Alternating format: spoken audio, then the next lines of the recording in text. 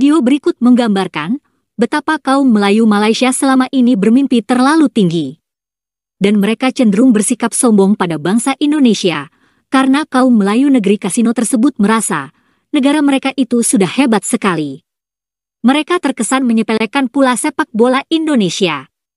Bahkan, sebelumnya kaum Melayu Malaysia telah bermimpi tim sepak bola mereka akan ikut Piala Dunia. Pusingan kelayakan Piala Dunia 2026, Piala Asia 2027 menjadi keutamaan skuad Harimau Malaya ketika ini. Jelas Presiden Persatuan Bola Sepak Malaysia FAM Datuk Hamidin Mohamad Amin, skuad kelayakan Kim Panggun bakal memperoleh lebih banyak manfaat sekiranya berjaya layak ke pusingan ketiga kelayakan Piala Dunia 2026 nanti. Beliau berkata sekiranya Malaysia mara ke pusingan ketiga kelayakan Piala Dunia 2026, ia sekaligus akan menjadi platform tepat menguji tahap kemampuan Harimau Malaya. Apabila kita dah boleh bersaing dengan Bahrain, Jordan, Syria, China, India dengan ni, kita dah sampai satu tak level sikit ni. Jadi mana kita perlu konsisten. Inilah masa ni kita tunjukkan tentang Bahrain, Jordan maupun kita tu Korea ni kuat, dan yang pentingnya dalam group stage ni menentang Kyrgyzstan, Oman dan Taiwan. Okey. Jadi kalau kita lihat dengan situ, benefit dia Kim Panggun akan mendapat 10 game, 5 home, 5 away yang bertaraf sebahagian besarnya bertaraf dunia. Dah nanti kita akan jumpa Japan, Iran. Skuad kebangsaan juga bakal mengumpul mata lebih tinggi sekiranya beraksi dalam pusingan tersebut dan meningkatkan kedudukan Harimau Malaya berbanding apa dinikmati pada aksi persahabatan. Itulah mimpi kaum Melayu negeri kasino yang akhirnya kandas. Pelatih tim nasional Malaysia, Kim Panggun, belakangan malah memilih mengundurkan diri. Adapun tim nasional Indonesia justru melaju ke putaran berikutnya pada kualifikasi Piala Dunia. Kini kita menjadi mengerti kenapa netizen Indonesia kemudian meledek balik Malaysia. Sebab sebelumnya mereka memang amat sombong. Kita masih ingat, Malaysia bahkan tidak mengundang tim nasional Indonesia pada kejuruan Piala Merdeka yang mereka gelar tahun lalu. Alasannya saat itu, tim Indonesia masih berada di level Asia Tenggara dan belum level Asia. Hal ini tentu amat menyakitkan bagi bangsa Indonesia. Dan akhirnya Piala Merdeka tersebut malah berantakan. Turnamen ini hanya diikuti oleh Tajikistan dan India. Tim Thailand dan Vietnam, yang sebenarnya diundang, akhirnya tidak mau ikut. Kini kita semakin jadi lebih mengenali tabiat kaum Melayu negeri kasino, yang biasa juga disebut kaum Melayu palsu, atau Melayu British.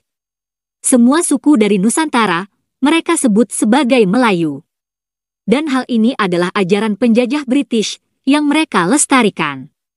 Kaum Melayu British tersebut memang suka gembar-gembor dalam banyak hal, tapi tidak berpijak di bumi atau tidak realistis.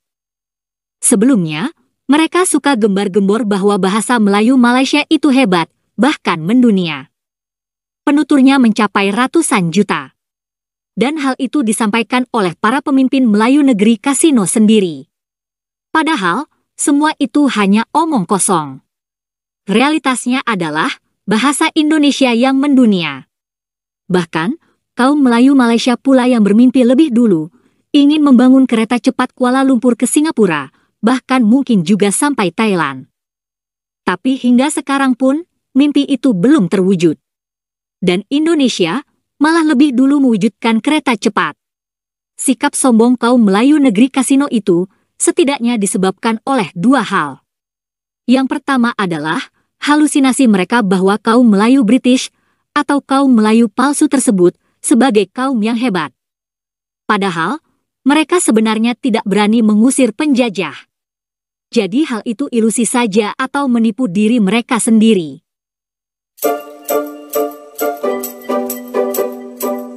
Penyebab kedua adalah kemajuan ekonomi Malaysia pada tahun 1990-an hingga sekitar tahun 2010. Pada kurun waktu itu, ekonomi Malaysia memang jauh di atas Indonesia. Tapi sekarang, perekonomian Indonesia telah berkembang. Bahkan produk domestik bruto atau pendapatan negara Indonesia mencapai 3 kali lipat lebih dibanding Malaysia. Dengan pendapatan yang jauh lebih besar, Indonesia bisa mengembangkan banyak hal, termasuk sepak bola. Kita tahu, selama ini Malaysia merasa jadi negara maju dan hebat, tapi nyatanya anggaran sepak bola Malaysia tidaklah besar. Itu karena keuangan Malaysia juga terbatas. Sebagai contoh, anggaran Malaysia untuk mengikuti Piala Asia yang lalu hanyalah 7 juta ringgit atau sekitar 24,4 miliar rupiah. Angka ini jauh lebih rendah dibanding negara-negara lain. Lihat saja perbandingannya dengan negara lain di Asia.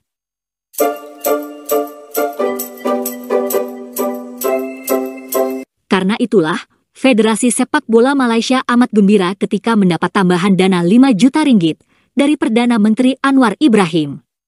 Tambahan dana itu didapat setelah Malaysia berhasil menahan imbang Korea Selatan 3-3. Prestasi inilah yang katanya akan dikenang oleh penggemar sepak bola Harimau Malaya sampai bila-bila masa. Nah, total anggaran sepak bola Malaysia, termasuk untuk dana pembinaan dan tambahan anggaran tadi, diperkirakan sekitar 52 juta ringgit atau 180 miliar rupiah. Nah, angka ini tentu lebih kecil dibanding anggaran sepak bola Indonesia. Anggaran PSSI tahun lalu mencapai 260 miliar. Perbandingan anggaran ini adalah yang didapat dari pemerintah dan tidak termasuk pendapatan yang didapat dari pihak lain, termasuk sponsor.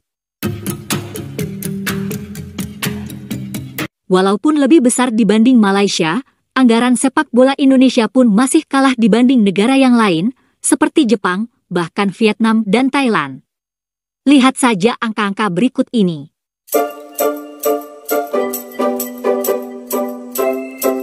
Sebagai negara yang besar, Indonesia tentu masih bisa memperbesar anggaran untuk sepak bola.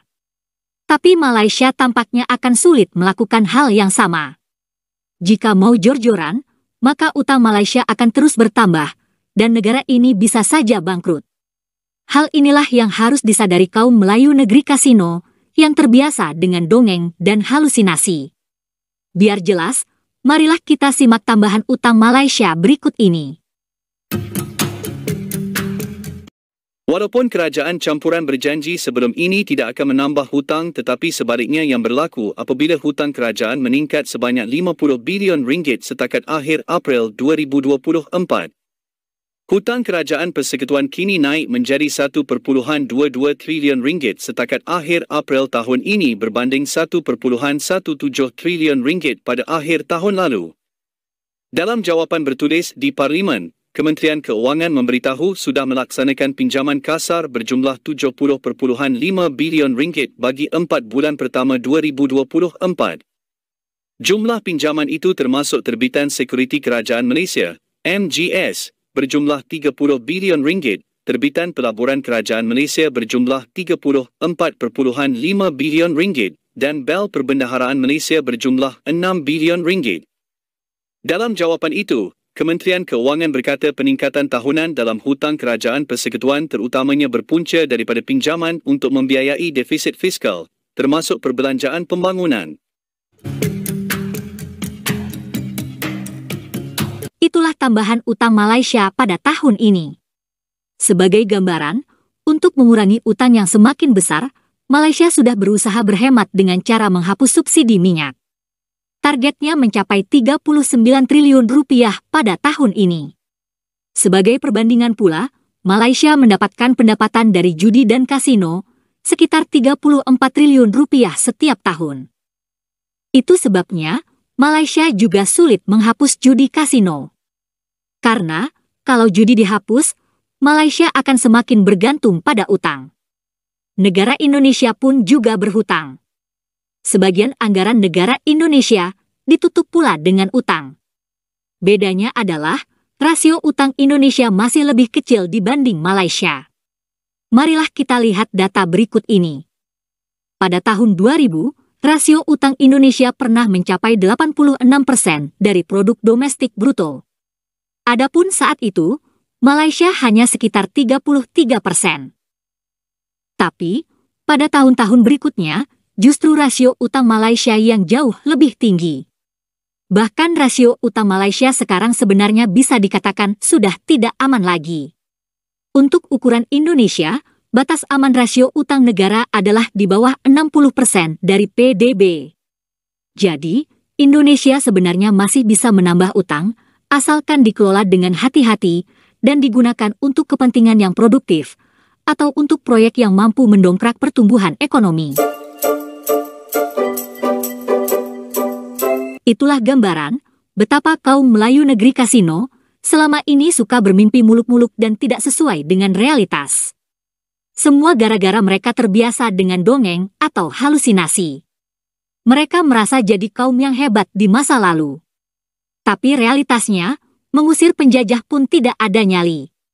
Merobohkan patung British dan menghapus kasino juga tak berani.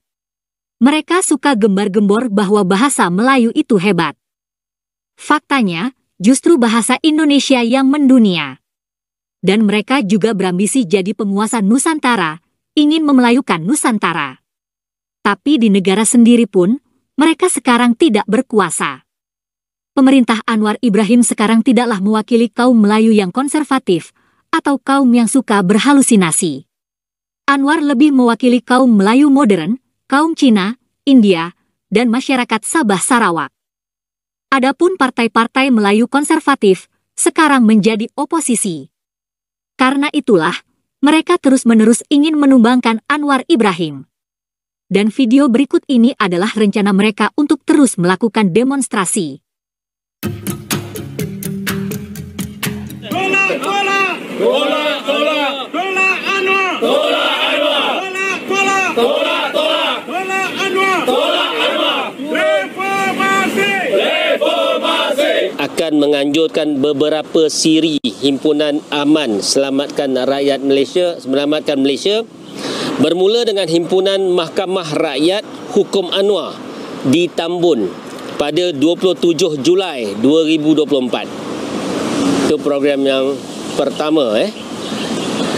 Disusuli dengan sejumlah program kecil, pockets program, sebelum program besar yang kedua, iaitu Himpunan Rakyat mencabut roh reformasi daripada Anwar Ibrahim pada 31 Ogos 2024 di Permatang Pauh. Kita nak jemput juga Datuk Seri Anwar Ibrahim untuk hadir menyerahkan tanggungjawab reformasi ini kepada rakyat, kepada kita semua.